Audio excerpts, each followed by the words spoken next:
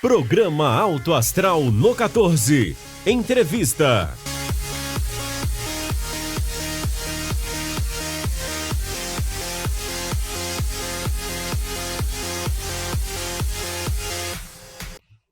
Olá, sejam bem-vindos a mais uma edição do programa Alto Astral no 14. Semana após semana a gente trazendo a boa informação. E eu sempre vou numerando as entrevistas. Hoje, 222 entrevistas no ar. Então é muita informação.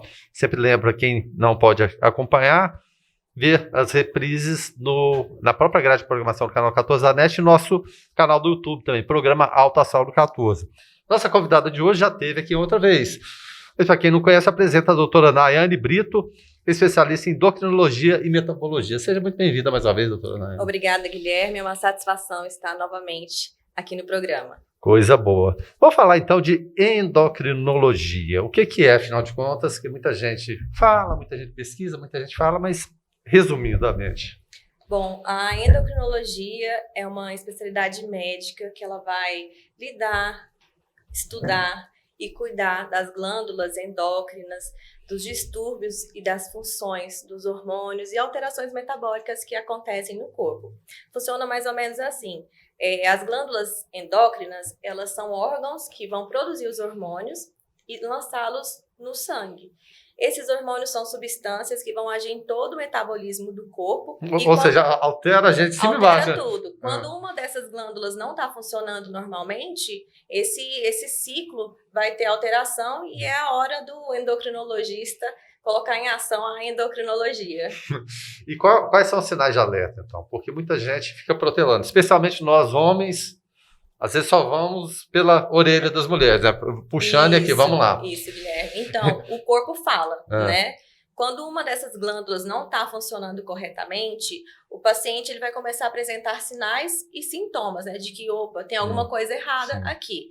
Então, uma alteração no peso, que não tem uma causa aparente, como mas ganho para de mais peso, ou para menos? Isso, ganho ou perda de peso, queda de cabelo, queda de libido, uma indisposição, alterações dos níveis de glicose, de triglicérides, de colesterol, um aumento nessa parte aqui da cervical do pescoço, um aparecimento de estrias mais grossas, de cor mais avermelhada. Isso independente de ser homem ou mulher, porque muita gente relaciona mais estrias a mulheres do que a homens. Seria um sintoma independente. A estria branca não, porque é de estiramento da pele. Sim. Mas a estria vermelha, né, a estria mais arroxeada, ela sim merece uma atenção e todas essas são alterações que o médico endocrinologista precisa investigar.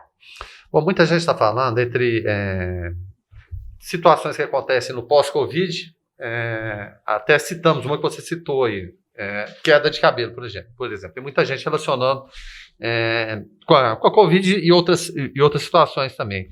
Mas essa relação endócrina e metabólica com o coronavírus, qual a relação que existe? Bom, a Covid-19, Guilherme, ela promove uma série de alterações no corpo, alterações também nas glândulas endócrinas que vão promover alterações metabólicas importantes. Não só queda de cabelo. Para você ter uma ideia, no pâncreas, o vírus ele entra ali na célula pancreática, né, pelas ilhotas pancreáticas e vai destruir as células beta, que são as células produtoras de insulina. Então, queda de cabelo é o de menos essa história. Isso, é o de menos. Então, além dessa destruição das células beta com queda na insulina, ela vai promover uma hiperglicemia aguda. Nós temos muito medo quando um paciente diabético ele pega Covid, porque o diabetes já descompensado, ele já tem um quadro de hiperglicemia. E junto com esse Covid, que promove todas essas alterações, promovendo ainda um quadro hiperglicêmico agudo, coloca o paciente diabético com 10 vezes risco maior de morte quando ele pega Covid. Meu Deus, então é uma situação de alerta, porque diabetes, muitas vezes as pessoas não dão importância, né? Não, é tranquilo, não tem problema nenhum não.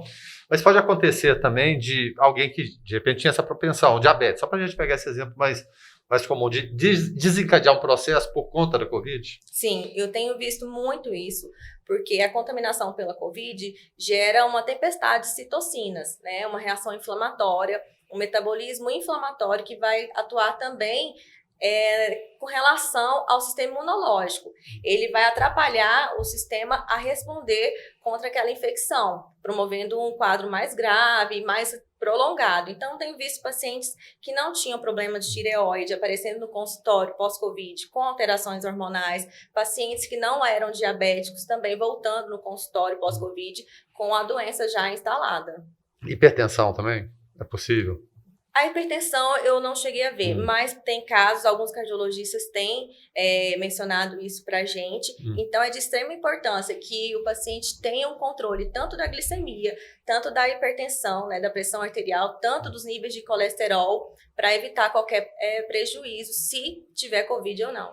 E o fundamental também, a gente sempre fala aqui, não fazer nada por conta própria, procurar o profissional. E o organismo da gente fala. Sim. Tem muita gente que vai ali somatizando problemas, vai suportando a dor, mas só que chega um determinado momento, pode ser alguma coisa mais grave. Em relação, claro, a carga de estresse que as pessoas são submetidas no dia a dia já por conta da situação. A situação de pandemia foi terrível em relação à economia, perdas familiares.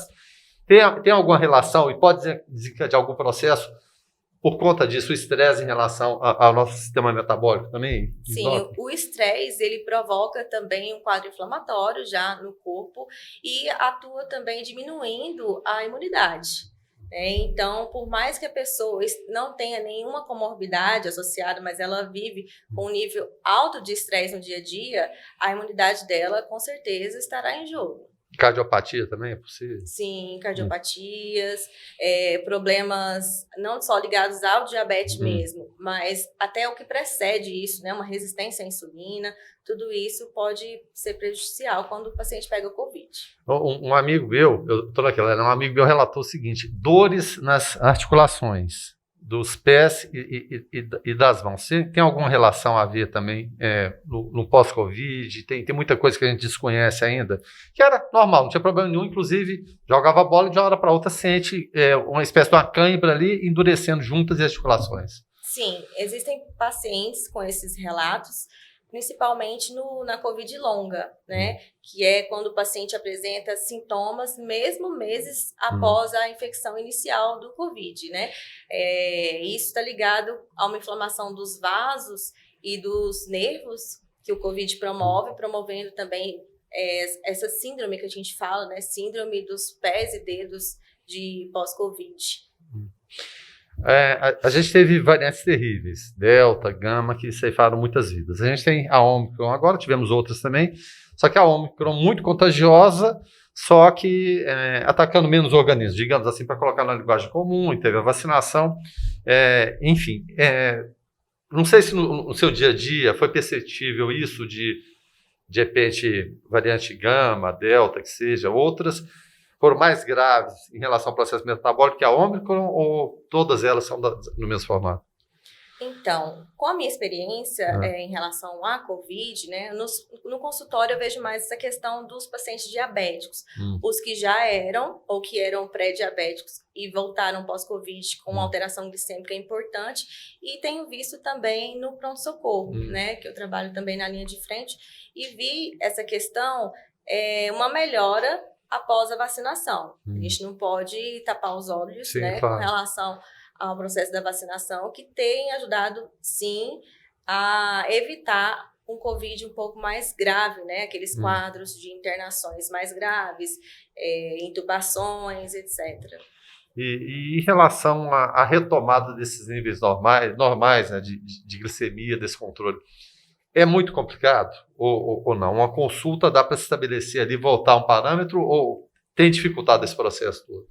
Não, na verdade, quando o paciente nos procura, a gente tenta ali já de imediato colocar as medicações corretas, né? Pedir um retorno até mais breve, porque nós não podemos deixar o nosso paciente com níveis glicêmicos altos por muito tempo. A gente sabe que o diabetes ele provoca consequências, né, micro e macrovasculares rápidas, então a gente também tem que ser rápido. É uma doença que ela ataca bem, então nós também temos que atacar bem no uso das medicações. Então, mais ou menos, o paciente faz o uso da medicação, a gente pede para estar voltando com 30 dias. Se não controlou, a gente faz o ajuste de dose de medicamento, ele volta já mais controlado para continuar esse tratamento contínuo. Em relação ao papel da família, porque muita gente relaciona diabetes mais a pessoas de mais idade, quando a gente sabe que cada vez mais, por conta de alimentação inadequada, falta de exercício, aquela coisa toda, a coisa está vindo para gerações mais jovens.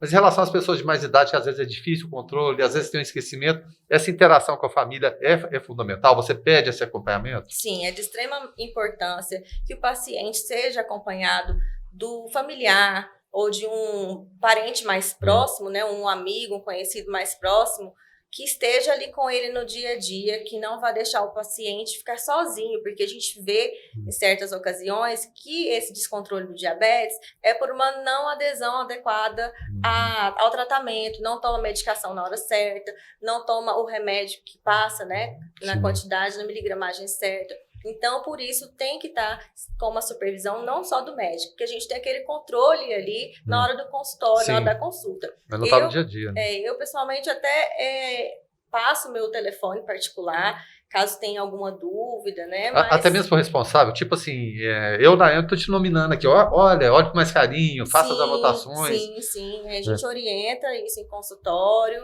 e deixa bem claro para o familiar que tem que estar com segmento ali com aquele paciente. Sim, vamos falar um pouquinho agora de metabologia. Talvez seja uma denominação menos conhecida que a endocrinologia. O que é a metabologia? Bom, ela é aliada à endocrinologia, né? Ela vai estudar os processos metabólicos do corpo, as alterações que acontecem ali, as alterações químicas associadas e o que pode ocorrer e levar a uma doença futura nessas alterações químicas. O endocrinologista necessariamente ele tem que ser especialista como você em metabologia também? É uma... É um desdobramento natural. É igual o ginecologista obstetra, né? Normalmente uma coisa está ligada à outra. Sim, a gente sempre fala de alimentação, a gente sabe que ela é fundamental, só que come-se muito porcaria. As pessoas têm a noção, eu diria, Nayane, que as pessoas têm a noção. Sim. Elas têm a noção o que pode e o que não pode.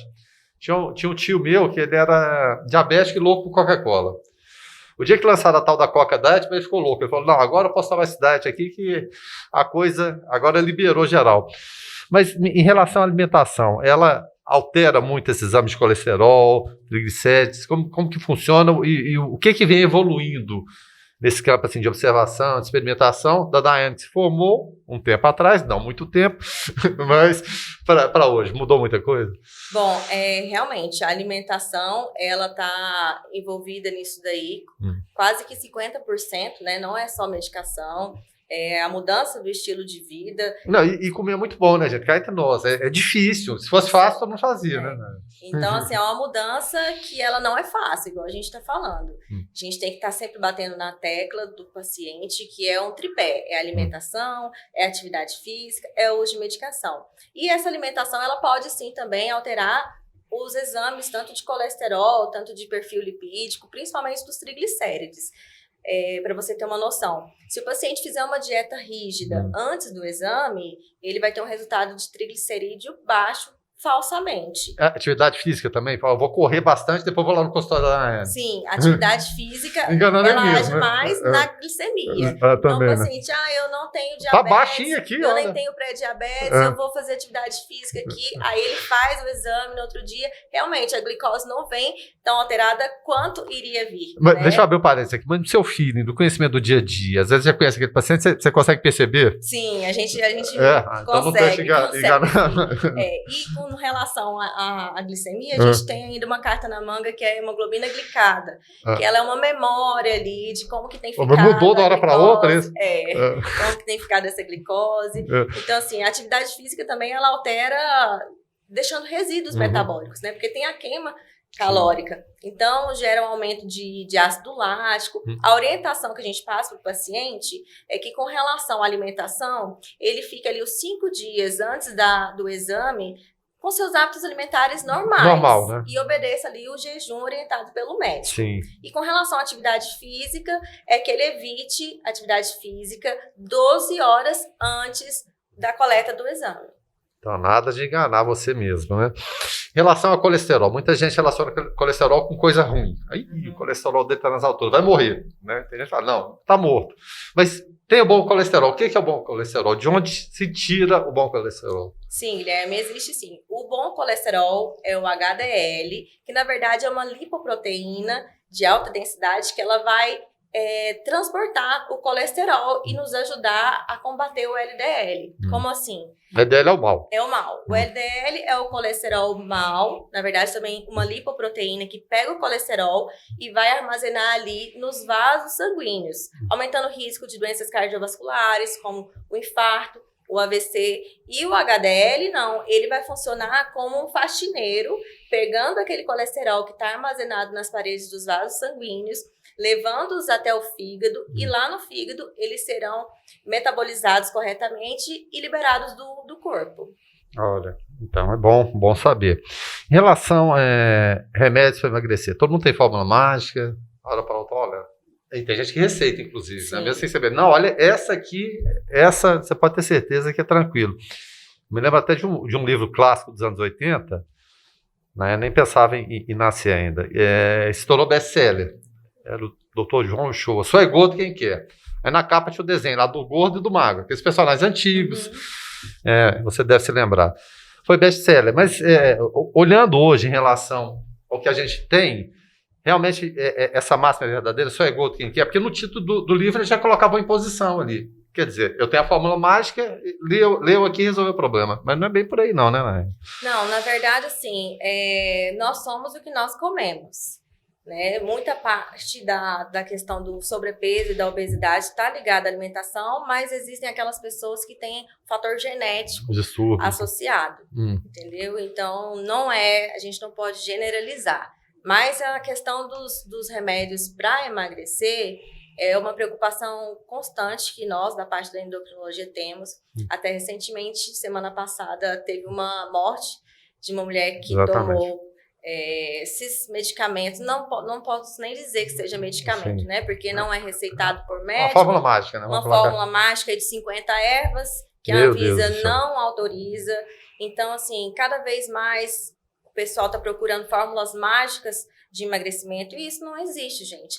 Não é milagroso. O emagrecimento é um processo sério que deve ser acompanhado por um médico, por um especialista da área da saúde, um médico, um nutricionista. É isso que eu ia até falar, essa questão multidisciplinar, ela é importante, essa interlocução do endocrinologista, metabologista com o nutricionista, por exemplo, com certeza, porque às vezes o paciente ele acha, eu vou comer só uma refeição, e nessa refeição que ele come errado. Tem muitos pacientes que chegam no consultório e falam, doutora, mas eu nem como direito, nem como muito, mas quando come errado. Então, esse acompanhamento multiprofissional, ele é extremamente importante, né? Então, se a gente sabe atualmente que essas fórmulas são totalmente proibidas, né? Elas contêm várias substâncias em altas dosagens, às vezes nem aquilo que está na bula, eles colocam às vezes fórmulas e substâncias que já foram proibidas, né? Anfepramona, por exemplo, colocam altas doses de sibutramina e que para algum paciente ou outro isso aí pode levar à fatalidade. A gente sabe que no Brasil a gente tem 3 classes de remédios para emagrecer. A gente tem os anorexígenos, os sacietógenos e aqueles que vão inibir a absorção de gordura no corpo. Então, a gente não pode passar dessas linhas, né? E cada um vai agir da maneira conforme a classificação. Tem muita gente que faz uso de suplementos alimentares. Todo mundo pode fazer uso de suplementos alimentares. De que forma se dá essa prescrição? É recomendado ou não? Evidentemente, é melhor você buscar as vitaminas, tudo que você precisa na alimentação normal do dia a dia. Bom, Guilherme, na verdade, qualquer pessoa pode fazer a suplementação alimentar desde que prescrito e supervisionado por um médico ou nutricionista. Porque, assim, é interessante suplementar o que está faltando. Então, para saber o que está faltando, ele tem que fazer os exames, porque às vezes o que está faltando em mim, o que eu preciso, é diferente do que você precisa. Então, por isso, tem que ter um acompanhamento médico, um acompanhamento com o nutricionista, para saber o que você está precisando, qual nutriente, a dose, qual horário de tomar, quanto tempo você vai tomar aquilo dali, entendeu? Certo. Em relação, e até a última entrevista que ela deu pra gente aqui, com o José Valdo, falou muito a respeito de tireoide. Vamos lembrar um pouquinho o que é a glândula tireoide e se a Covid pode causar algum distúrbio em relação a ela. Bom, Guilherme, como você bem disse, é uma glândula, né? A tireoide é uma glândula localizada bem aqui na região do pescoço. Ela tem um formato de borboleta, um formato de escudo também. Tanto é que o nome veio daí, né? Tiro significa escudo, oide, lugar de. E essa glândula, ela é responsável pela produção de hormônios, o T3 e o T4, que vão agir em todo o metabolismo. Eu costumo falar para os meus pacientes que os hormônios da tireoide, eles agem desde o fio de cabelo até a unha lá do pé. Tá tudo. Mas geralmente só se vê mais mulheres falando em relação à alteração da tireoide. Existe isso mesmo ou é comum tanto em homens como mulheres? É comum, realmente, as mulheres são mais afetadas, mas pode acontecer tanto nos homens quanto nas mulheres. E voltando na sua pergunta com relação à Covid, recentemente, acho que até o ano passado, teve um estudo em que os cientistas descobriram o real efeito da Covid na tireoide. Ela pode, então, inflamar diretamente a célula da tireoide, causando uma tireoidite granulomatosa, que a gente chama, ou até mesmo uma tireoidite pós-Covid. Aí tem toda aquela alteração hormonal que deve ser tratada pelo endocrinologista. Mas aqui para mitos e verdades, quem tem hipertireoidismo pode comer sal? Pode, desde que a doença esteja controlada. Sim. Se o hipertireoidismo estiver controladinho, o iodo que contém naquele sal não vai atrapalhar o tratamento. Agora, se a doença de base, que é o hipertireoidismo, já estiver descompensada, a gente pede para o paciente evitar o sal, porque o hipertireoidismo por si só, ele já promove uma hipertensão pelo aceleramento do metabolismo. E o hiper pode se converter em hipo? O hiper em hipo pode. Pode? Pode. Isso pode acontecer quando a causa do hipertireoidismo for a doença de Graves. Então, ele pode ter a remissão ou transformar em hipotireoidismo espontaneamente. Essa questão também pode acontecer dependendo do tipo de tratamento que o paciente vai escolher para tratar o hipertireoidismo. Por exemplo, na iodoterapia, o iodo radioativo ele vai destruir as glândulas da tireoide. Com isso, a quantidade de hormônio vai ser baixa no sangue, fazendo um quadro de hipotireoidismo. Mesma coisa, mesmo raciocínio para o tratamento cirúrgico. Se não existir tireoide, se ele tirar a tireoide, não vai ter hormônio tireoidiano. Então, o paciente vai evoluir com o quadro de hipotireoidismo. Vou fazer duas em uma aqui. Em relação ao hipotireoidismo, ele engorda e pode também causar dificuldade de engravidar? Essa questão de peso ligada ao hipotireoidismo é um grande mito. O que acontece? Se o paciente com hipotireoidismo não tratado, não estiver tratado, as doses, as taxas de hormônio tireoidiano no sangue vão estar baixas e com isso o metabolismo também vai ficar baixo. Com esse metabolismo baixo, ele vai ter uma retenção maior de água, uma retenção hídrica, levando a um aumento de peso discreto. Não é aquele paciente obeso que chega no consultório falando que está com obesidade por conta do hipotireoidismo. Não, esse aumento de peso é cerca de 3 a 6 quilos. E ele também pode afetar, sim, a questão da gestação. Né? Mulheres que sofrem de hipotireoidismo, elas têm essa dificuldade em engravidar se a doença não estiver controlada, justamente porque as baixas taxas dos hormônios tireoidianos no sangue podem afetar a ovulação, que é a liberação do óvulo maduro. Essa ovulação ela pode ser inexistente ou acontecer de forma descontrolada numa época do ciclo que não vai ser satisfatória a fecundação. Então, assim, o paciente que tem hipotireoidismo pensou em engravidar, ela já tem que procurar de imediato o seu endocrinologista, porque tem um examezinho que a gente sempre dosa, que é o TSH. O TSH maior que 2,5 aumenta as chances até de aborto. Olha só, então tem que ficar atento. Bom, só uma última pergunta aqui, e essa não está nem na pauta, mas quando eu era criancinha, eu via muitas pessoas, especialmente homens, com aquele papo, me corrija se eu estiver enganado, bócio. Isso, bócio. Por que se dava aquilo ali? Muita gente falava que a questão do iodo, do sal, por que acontecia muito aquilo? Isso. Então, aquele bócio, na verdade, o bócio ele pode estar presente tanto no hipotireoidismo, né, que é a falta dos hormônios, quanto no hiper, que é o excesso dos hormônios. E realmente, naquela época, se via muito a falta dos hormônios tireoidianos, né? Então, ele dava aquele bócio, né? Um bócio multinodular, que a gente fala, que era aquela tireoide cheia de nódulos, pela falta de iodo, que é a substância base para a formação dos hormônios tireoidianos. Partindo disso, então, o Ministério da Saúde viu que seria interessante colocar a quantidade de iodo que a gente precisa na alimentação. E o alimento que todo mundo usa é o sal. Então, por isso que o sal agora ele é iodado. Entendeu? E a culinária portuguesa, a origem portuguesa, é saleiro, né? Tem gente que joga o sal ali na comida. Meu Deus do céu. Não precisa exagerar, porque a pouca quantidade que tem no sal já é o necessário para o nosso dia a dia. Já é o suficiente. Bom, para encontrar a doutora Nayane Brito, redes sociais, onde atende, de que forma funciona isso? Sim, pode me seguir no Instagram, né, doutora Nayane Brito. Eu atendo na Clínica Alto Astral, atendo na Clínica Previne, na Clínica AME, várias clínicas populares aqui de Anápolis e no pronto-socorro da UPA da Vila Esperança. Olha só, coisa boa. Doutora Nayane, obrigado pela entrevista.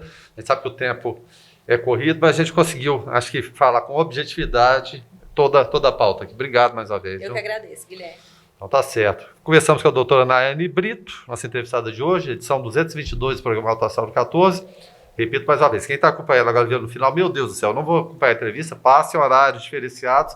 Você pode assistir também no nosso canal do YouTube, programa Alto Astral 14. Mais uma vez, então, obrigado, doutora Nayane, obrigado, assinante, sem o qual, e os parceiros também da mesma forma, sem os quais seria impossível a gente trazer tanta informação.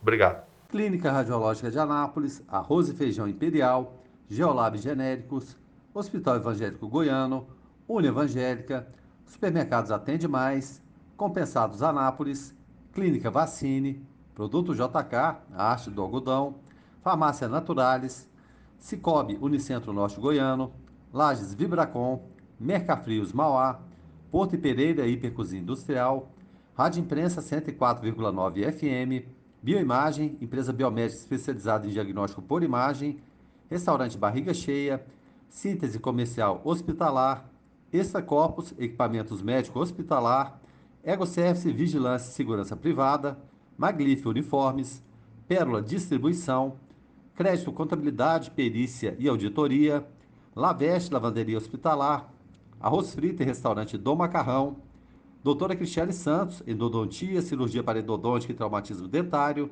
Resgate, Remoção Hospitalar, ligue 0800 591 8750, Mamãe e Bebê Kids, Varejão das Fábricas, Clínica Alto Astral, USA Arquitetura e Interiores, Fazenda Campo Largo, leite de qualidade, Arquivo Off, guarda e organização de documentos, América Enxovais e Decor, Isabela Queiroz, nutricionista, Folhas, suplementos naturais, Droga Lúcia, economia, serviço da sua saúde, Opção Ótica e Reservas de Goiás, produtos alimentícios.